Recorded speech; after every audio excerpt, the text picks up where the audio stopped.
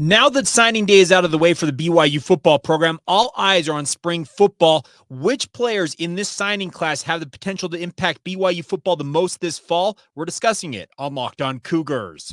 You are Locked On Cougars, your daily podcast on the BYU Cougars, part of the Locked On Podcast Network. Your team every day.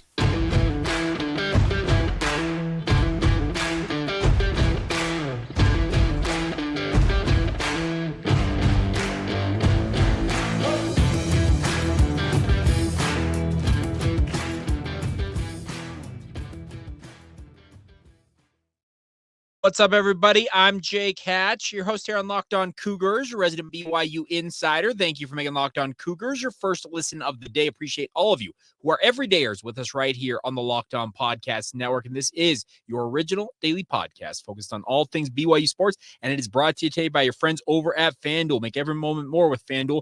New customers join today and get $200 in bonus bets if your first bet of $5 or more wins. As simple as that. Visit FanDuel.com/lockedon to get started today. All right, let's dive right in on today's show. And I had a kind of a dual question posed to me, one by our Cougar Insider group, our Locked On Cougars Insider group, as well as an email that was sent in to me. And they asked a similar question. I'm just going to generalize the question. So the first, we'll give the credit to the two gentlemen who sent in the question, Weston from our Locked On Cougars Insider group, as well as Ethan, who emailed lockedonbyu@gmail.com and asked essentially this question. Jake, who are the most impactful guys in your mind that will have an ability to play this fall for BYU from this signing class? And that's a great question. And they included return missionaries, high school signings, junior college, transfer, etc. Across the board. It was a generalized question.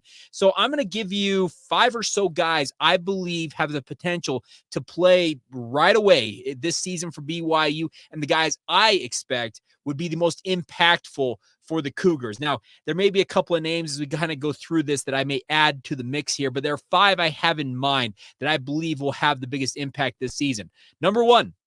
Actually, how about this? Let's do it in reverse order. Let's keep you guys in suspense. Ooh, that's alluring. I'm going to do that on the fly. But number 5 on my list is Sani Tuala. Now, Sani Tuala is an interesting name because he is a guy that BYU has brought in with the whole thought that he is as raw as can be, but the physical tools, the athleticism, the overall ability to essentially just dominate physically in the game of football, it's all there on tape. If he can refine his game enough that he can get on the field this season for BYU, we're talking about a guy who's got the same type of athleticism / unrefined nature of a Ziggy Ansah. Now, we all know how the Ziggy Ansah story panned out. This is a guy, remember, famously couldn't put on his football pads, had tried track and field, basketball, before ending up playing BYU football. Kyle Van Noy really kind of helped teach him the game. And then he has a pretty decent senior season and then goes number 5 in the NFL draft. Is that story going to play out with Sani Tuala? Well, it's way too early to know how that's going to pan out. But he's got that same type of inexperience combined with just freakish. I mean, freakish athleticism if you look at his tape. So he is a guy to keep an eye on. And you also can add to the mix because he'll be a pass rusher. These guys are going to come off the edge and hopefully impact BYU defensively with the pass rush.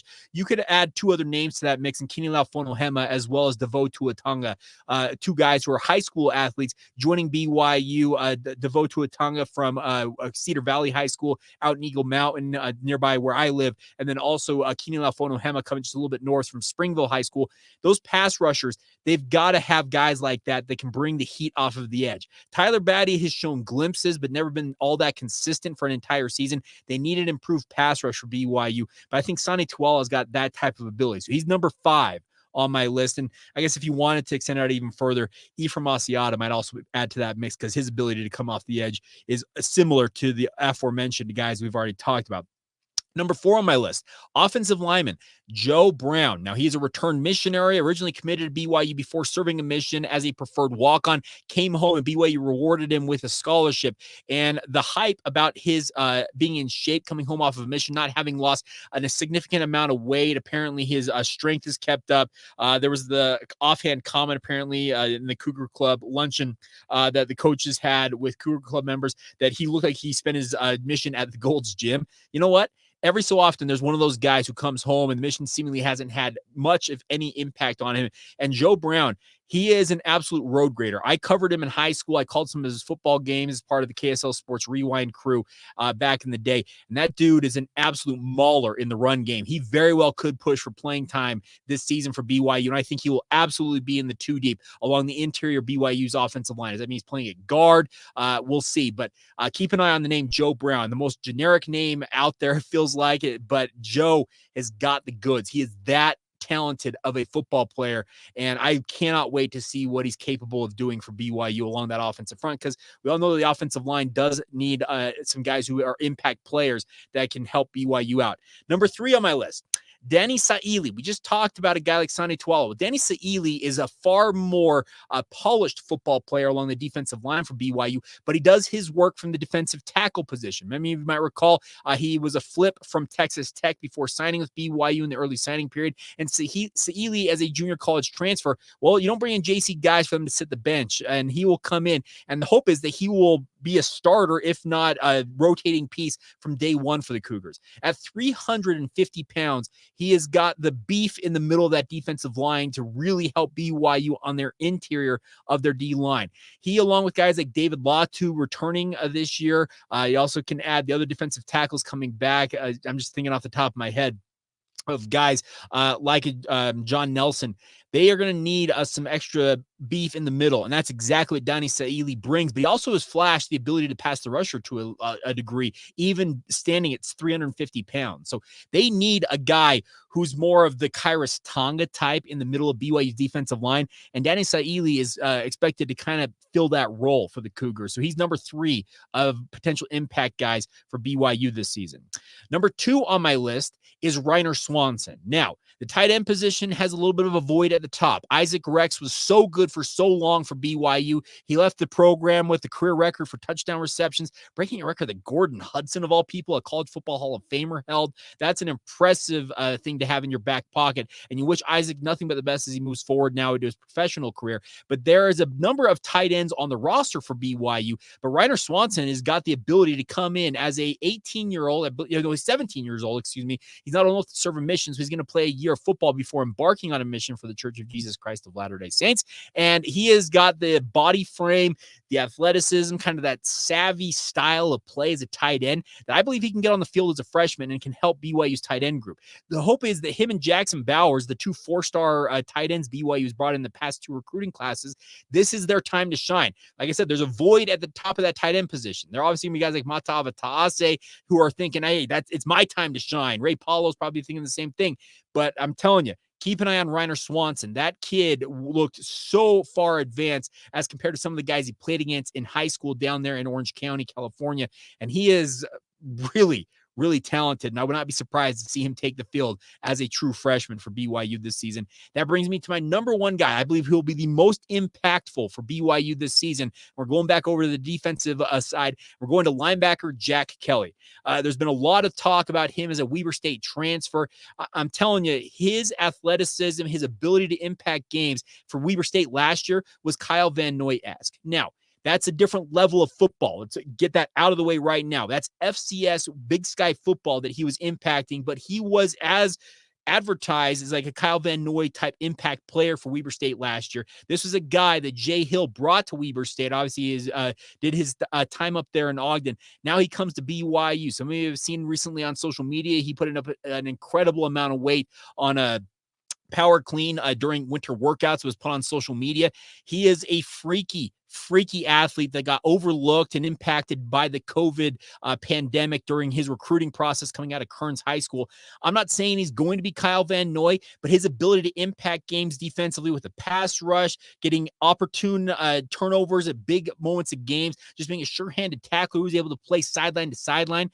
I'm telling you, Jack Kelly is going to start for BYU this fall. I would put that down in ink right now in my mind, unless an injury pops up. He is that good of a football player that there are other linebackers on that roster. There's a lot of linebackers on BYU's roster who are thinking, hey, okay, I've got a chance here. Him and Ben Bywater would be the 2 guys I would say they're starting for BYU this season at linebacker. That's what I expect. I think Jack Kelly is that good of a football player for the BYU football program, and I expect him to have a major major impact this fall for the Cougars. And we'll see.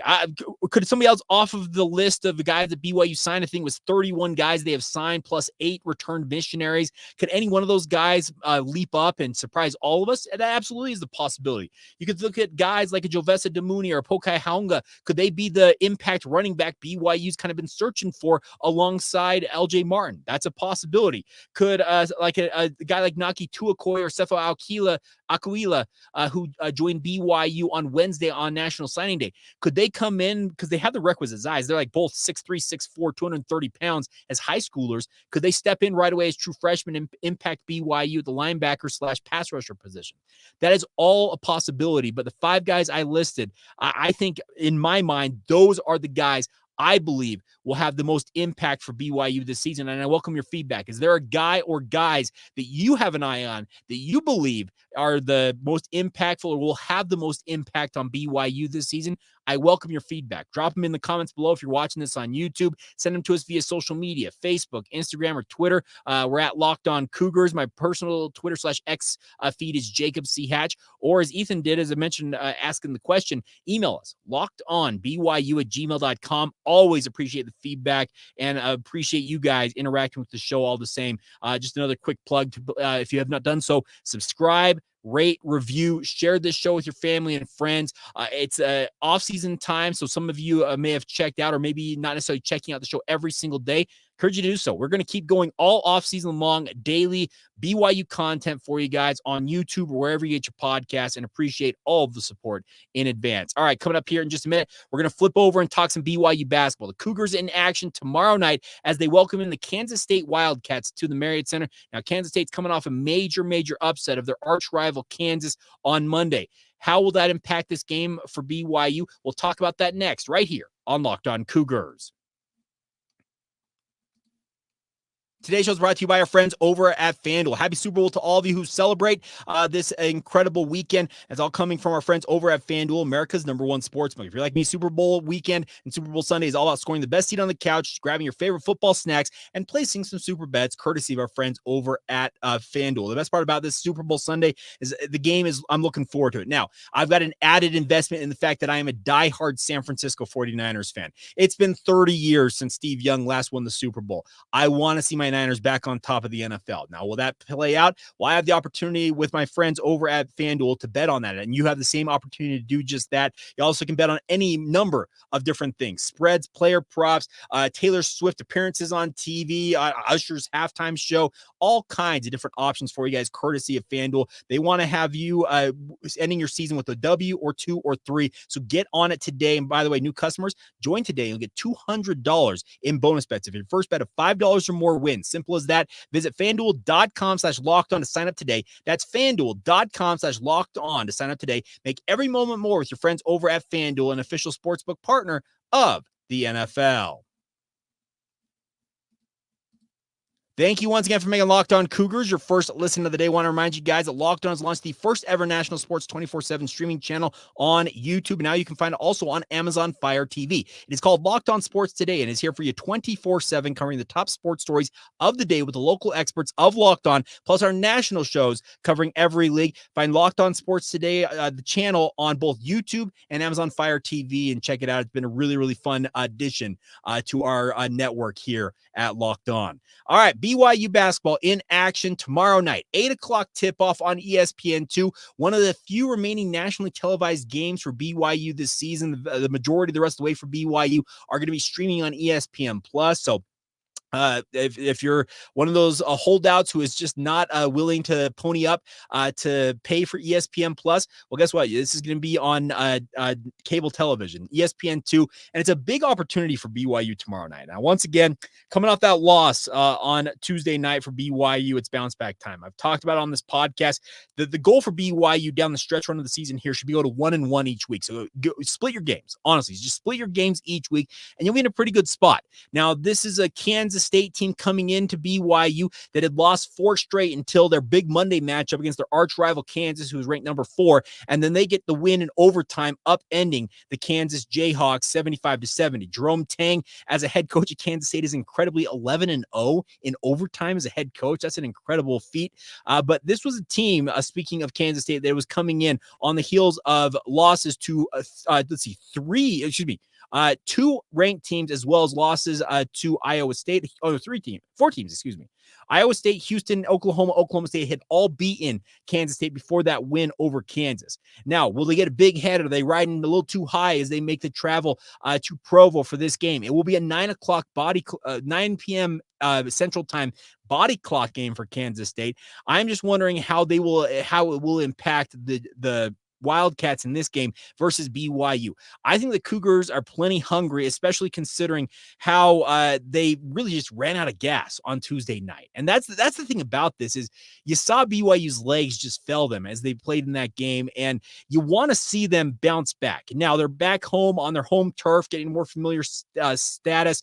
Mark Pope said yesterday during media availability that we'll see on Ali Khalifa. I would hope that Ali Khalifa plays, but without him, Fousseyni Traore has been thriving right now. So it's kind of the whole, okay, if Ali Khalifa doesn't play, it hurts BYU with their ability to kind of run their offense through him like he has been doing as that point forward or point center, I guess I should call him. But then at the same time, with Fous on the court, he has been absolutely monstrous on the low block and really opening up BYU's offense in his own way with his ability to score around the basket. So it's kind of an interesting conundrum that BYU's got going right now. And if Ali Khalifa doesn't play, you're going to have to just suck it up and deal with it. Kansas State is a pretty athletic team, much like most of the teams here in the Big 12. BYU, if you want to just go sheerly athleticism versus athleticism, BYU is the less athletic team in this game, but it is always good to be back on your home court, back in the friendly confines of the Marriott Center, and having what I would expect is at least, 15, 16,000 people at minimum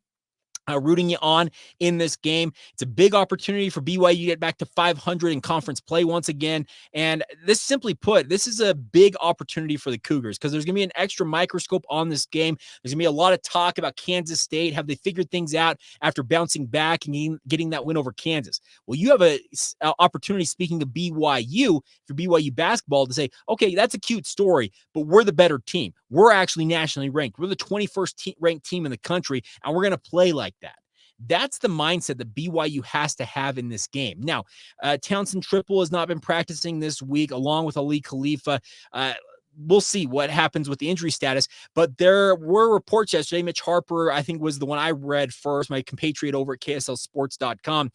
He mentioned that Marcus Adams practiced throughout the entirety of practice yesterday. Does that mean that Adams is finally going to return to the court for BYU in this game? TBD. I think at this point, if I'm Marcus Adams and I'm BYU, I'm probably looking at it saying, okay, what are the chances that we potentially could get a medical red shirt out of him? Because the rotation is what it is. Can he really come in and be that impact guy to shake up the rotation and give BYU a scoring punch off the bench? That's very much in question. And who knows if him practicing versus him playing, is he practicing because the staff has said, or not the staff, the training staff has said that he's good to practice, but he's not cleared to play in games. It's just a very, very confusing situation all the way around. So at this point, I'm not banking on anything when it comes to Marcus Adams. And instead, I'd be focusing, if you're a fan out there, on the guys who will actually be on the court. I'm speaking of guys like Dallin Hall, Trevin Nell, Jackson Robinson, Spencer Johnson. The last three I just mentioned, Spencer Johnson, Jackson Robinson, and Trevin Nell, all of them have had a kind of a slump of late, and you want to see one, maybe all three of them bust out of that slump, start shooting better and taking better shots. BYU's best games this season have come when they have been sharing the basketball and passing up good shots and setting up their teammate for a better shot. But the problem is, in some of these games as well, is you have too many guys playing what I like to call hero ball, where they're playing ISO one-on-one and taking ill-advised deep threes early on in the shot clock, causing a long rebound, and all of a sudden the opponents are on the break because they got that long rebound, and you're suddenly scrambling on defense. BYU needs to control the tempo of this game. As I mentioned, Kansas State's going to come in here riding high, big win over Kansas, snapped a 4-game losing streak, and they want to make it 2 in a row against BYU. Well, in BYU circumstance, you don't want to go 0-2 on the week. You don't want to drop 2 games below 500 in the conference. You want to get back to 500 and stay right in the thick of things here in the Big 12, and it's a big opportunity in that game tomorrow night. I will be out at it. I'm sure a number of you will be as well, and would love nothing more than if you guys are around and you see me, give me a shout out. I always enjoy talking with Cougar Nation. I've met a number of you. I met Russ Grisfather not too long ago. David Hatch I met not too long ago.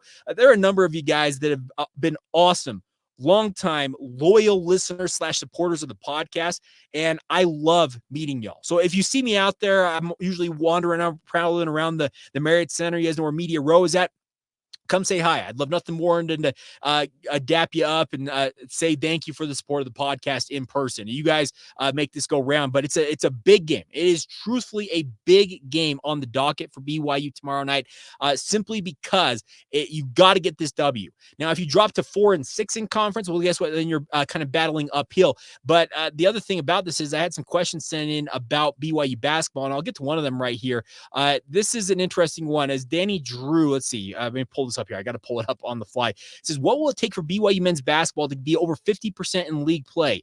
That is a great question. Simply put, I think it's going to be, you've got to just stick with the formula and maybe steal an extra game along the way. I've said it on this podcast before. I'll say it again. 9-9 in conference is going to get you probably a single-digit seed in the NCAA tournament. You'll probably, if you're BYU, be in contention to play, in theory, 40 miles north of Provo in Salt Lake City at the Delta Center. That has got to be the goal for BYU right now. And if I know that they want to go game by game and they want to say, well, we're focused on the here and now, we're focused on Kansas State and that's it. You've always got an eye. Mark Pope talked about it. They look at the net rankings. They look at KenPom ratings. They look at all of it. They know where they stand with regards to postseason possibilities. And they got to be thinking, if we can get to Salt Lake City and play at the Delta Center, imagine how BYU biased that crowd will be. And it'll be absolutely incredible. That'll be a major lift for BYU in the first and second rounds of the NCAA tournament to maybe punch their ticket to a Sweet 16, and then all bets are off at that point. It'd be an awesome thing, and that's got to be the thought process as you move forward here for BYU. So it's a big opportunity in this game against Kansas State, because I frankly don't think Kansas State they're not world beaters. They're a good team. Obviously, when you beat Kansas, you're doing something right. But the bigger thing is you look at it and say, you know what? You got to go out and win this game. You're nationally ranked. They're not. They've lost 4 of their last 5. Sure, they got the big upset, but you are a better team. And you should be able to go and get that W. So we'll see. It's an interesting thing. And now one other thing, Weston Birch also mentioned this. ESPN predictions has BYU winning 7 of their remaining 9 games. With the exception of Cincinnati, ESPN's predictions have been correct for BYU this season. What are your predictions for the remaining games? Well, if BYU wins 7 of the final 9, that would be absolutely incredible, frankly. That'd be 11 and 7 in conference. And if BYU's 11-7 at the end of the conference slate, yeah, they're going to probably be a 4 or a 5 seed, and they're going to be playing in Salt Lake City. So if ESPN's predictions, as Weston points out, remain correct for BYU, that is a team that is going to be one of those teams that's being talked about at the end of the season as, okay, can they peak right now? Could they be a dark horse and make a run to the Sweet 16? That is what the eye on the prize is for BYU right now. Yes, focus on the here and now. Get the W over Kansas State and move forward. Obviously, that's got to be the mentality, but in the back of the mind, there's still that thought, okay, what else could we accomplish? So that's the interesting part about all of this. And I've got one other question on BYU basketball, and we'll talk about that, and we'll get to a couple other notes on the weekend ahead in other BYU sports. We'll get to all that as we roll on right here on Locked On Cougars. Today's show is brought to you by our friends over at Utah Community Credit Union. The Learn and Earn feature, part of the UCCU mobile banking app, is paying your entire family to learn about money, everybody. Obviously, we all want to be smarter when it comes to our finances and money in general, and that's where Learn and Earn comes into the mix. It breaks down financial topics into bite-sized educational games featuring quizzes and trivia. The best part is every time a family member completes a topic, you earn points that accrue and can be redeemed for gift cards to places like Amazon, Apple, Sephora, Walmart, Nike, and many, many more. There's age-appropriate content for every member of the family. You all can compete against one another and track your progress on leaderboards and have fun along the way. But the best part is Learn and Earn is inside the UCCU mobile banking app. So meaning you can play it literally anytime, anywhere you've got a couple of minutes. It really doesn't take that long to get a lesson done. That's the incredible part about it. I've been doing it since the new year began. I've been a UCCU member, and it's been really fun to learn about money, but while at the same time accruing some points and getting some gift cards along the way. So get on it today, my friends. Of course, the more you play, the more you learn, and the more you learn, the more you earn. It's all courtesy of UCCU and part of their Be Money Smart youth banking program, helping kids, teens, and parents have fun while becoming more financially illiterate. Literate together. I am butchering this, but nonetheless, it's all courtesy of your friends over at UCCU. Love where you bank. Thank you once again for making checking. Thank you for your support of Locked On Cougars. Man, if I can get the words out of my mouth, but nonetheless, thank you for all of your support. Hope you're having a fantastic Friday whenever you hear this. Want to just give another shameless plug. If you have not done so already, please consider subscribing to our Locked On Cougars Insider Group. It's a really fun way to interact with the show. We've got some new features we're going to be adding to it. It looks like in the near-term future, so stay tuned for that. Those of you who are already signed up, it's a 14-day free trial, then just $4.99 a month, $5 essentially every month afterwards. It's a texting program. You can send in text messages. I've already mentioned, like Isaac Weston have mentioned earlier on this show. Danny Drew as well have done that. Appreciate all y'all who have signed up so far, and really would encourage you guys to join if you have not done so already. You can get the links in the show notes below, whether you're on YouTube or wherever you get your podcast. All right. Great question here from Byron Mills before we go on today's show. And it relates to BYU basketball. So the guards, speaking of BYU basketball, seem to run out of gas against Oklahoma, and yet Trey Stewart never got off the bench. This guy started and played lots of minutes off the bench in non-conference games. Why isn't he playing? Well, frankly, Byron, nobody's talking about it. We've asked Mark Pope repeatedly as a media corps, and he's talked about the fact that Trey is still part of the plan here. Simply put, in that Cincinnati game, he put himself in the doghouse with, I think it was 4 turnovers and just 4 minutes played. And his 3-point shooting just isn't up to par for what BYU wants from their guards. And I think that's what's got him glued to the bench. Yes, they did run out of gas against Oklahoma. And yes, it would have been nice to have a guy like Trey Stewart to come in and lift BYU. But for whatever reason, he is just not part of the rotation for BYU. And if I had any more intel on it than I did, I'd be happy to pass it along to you guys, but I just don't have anything else, honestly, on it. So that's the tough part about it, is I wish I could give you more intel on it, but it's just nobody is talking about what exactly are the issues. So we'll see. It's kind of an interesting conundrum that is out there. But there are some other BYU football questions that came in via our Locked On Cougars Insider Group as well. We're running out of time on today's show, so I'm going to get to those early next week. So stay tuned for those. Weston, let's see, David, Scott, you guys have all got some questions, and I will address those as soon as possible. So thank you for bearing with me on that. But a couple of notes before we go on today's show is BYU continues to add preferred walk-ons to the 2024 cycle. The most recent one is Iosefa Letuli out of Kaimuki High School out in Hawaii. He is a guy that listed at 6'5", 225 pounds, coming to BYU as an athlete. And I've talked about this with BYU's preferred walk-ons. Remember, we talked about Carson Cox yesterday on the show. He's a 6'5" wide receiver. Well, Iosefa Letuli lists himself as a quarterback/athlete in the class of 2024. Well, at 6'5", 225, Letuli, he's probably not going to play quarterback for BYU, frankly, but at 6'5", 225, that could indicate he's playing what? Tight end? Is he going to play defensive end? Could he be a linebacker for BYU? These are the type of athletes you bring to BYU and let them kind of find their own home as their skills develop. That's the incredible part about what these preferred walk-ons can be, is they can come in as athletes. And this actually goes back to a question I think Weston asked about a number of guys who were listed that played quarterback or running back or any other position in high school, but come to BYU listed as an athlete. He talked about the question was essentially, are they going to look at using these guys like a Taysom Hill in the pro ranks?